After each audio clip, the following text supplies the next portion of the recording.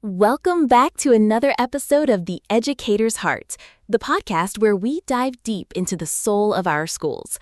I am your host, Sochata, and today we are tackling a topic that hits home for every single teacher out there: school leadership styles and how they directly impact teacher morale.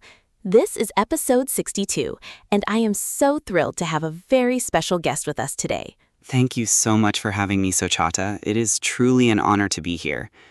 After 30 years in the education system, I have seen the highest of highs and the lowest of lows when it comes to how a school is run. It is a topic that is close to my heart because I have felt the weight of it on my own shoulders. I can only imagine, Mr. Cerrone. You have been in the trenches. You have seen how a single decision from an administrator can ripple through the entire staff lounge. Before we get into the heavy stuff, how are you feeling today? Are you ready to get real with our listeners? I am feeling energized, actually. There is something cathartic about talking about these things. We often bottle up our frustrations as educators, so being able to shine a light on what makes a healthy work environment, that is something I am very ready for. That is the spirit. So let's start with the basics. When we talk about leadership styles, we often hear terms like authoritarian or top-down. Just saying those words makes me feel a bit constricted. What has been your experience with that particular style? It is like a heavy cloud, Sochata.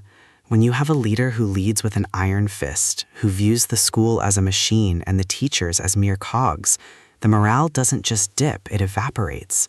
I remember working under a principal once who dictated every minute of our lesson plans. There was no room for creativity, no room for the magic that happens when a teacher connects with a student. Oh, that sounds stifling. It is almost as if the passion is being squeezed out of the room. How did the rest of the staff react?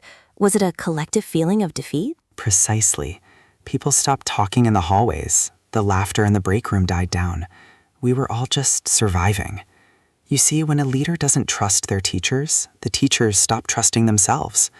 It creates this atmosphere of fear where no one wants to take a risk because they are afraid of a reprimand. That is a powerful point. Fear is the absolute enemy of innovation. Now, let's flip the script. Let's talk about the opposite. Let's talk about transformational or collaborative leadership. What does that feel like when you walk into a school led that way? Oh, it is like night and day. It is like walking into a room full of oxygen after being underwater. A collaborative leader walks the halls. They know your name, and more importantly, they know your struggles. They don't just give orders, they ask, "How can I support you today?" It makes you feel valued, not just as an employee, but as a professional and a human being. So simple, yet so profound. It shifts the power dynamic from me versus you to us versus the challenge.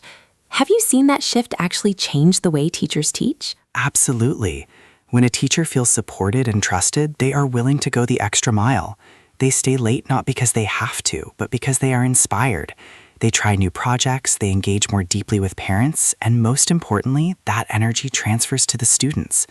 Morale is contagious, Sochata. If the teacher is happy, the classroom becomes a sanctuary of learning. A sanctuary of learning. I love that imagery. But let's be honest, even in the best schools, there are days when morale is low. Maybe it's testing season or there's a budget cut. How does a great leader handle those moments of crisis? Reflectively, they lead with transparency and vulnerability. A great leader doesn't hide in their office when things get tough. They stand in the middle of it. They say, "Look, this is a hard season. I know you're tired. I am tired too. But we are going to get through this together." It is that sense of shared burden that keeps a team from breaking apart. It is about being seen. I think so much of teacher burnout comes from feeling invisible, like you're working yourself to the bone and nobody even notices. When a leader says, "I see you," it changes everything. Exactly. And it's not just about the big gestures. It's the small things.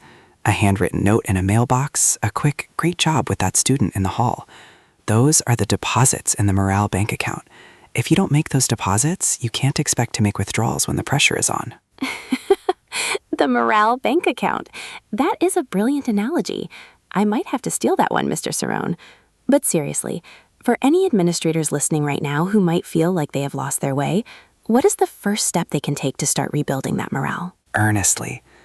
Listen. Just listen. Step out of the office, go to the staff room, and don't speak. Just listen to what your teachers are saying and what they aren't saying. Ask them what their biggest hurdle is, and then do everything in your power to remove it. You have to earn that trust back with actions, not just emails. Listen first, lead second. That is such a powerful takeaway. You know, I feel so much more encouraged just hearing you talk about this.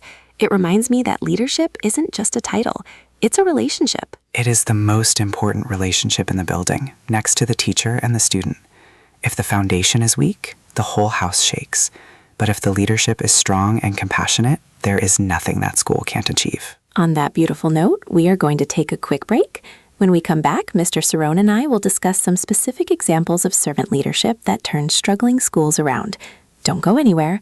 This is episode 62 of The Educator's Heart, and we are just getting started. I am looking forward to it. There are some stories that really prove how love and leadership go hand in hand.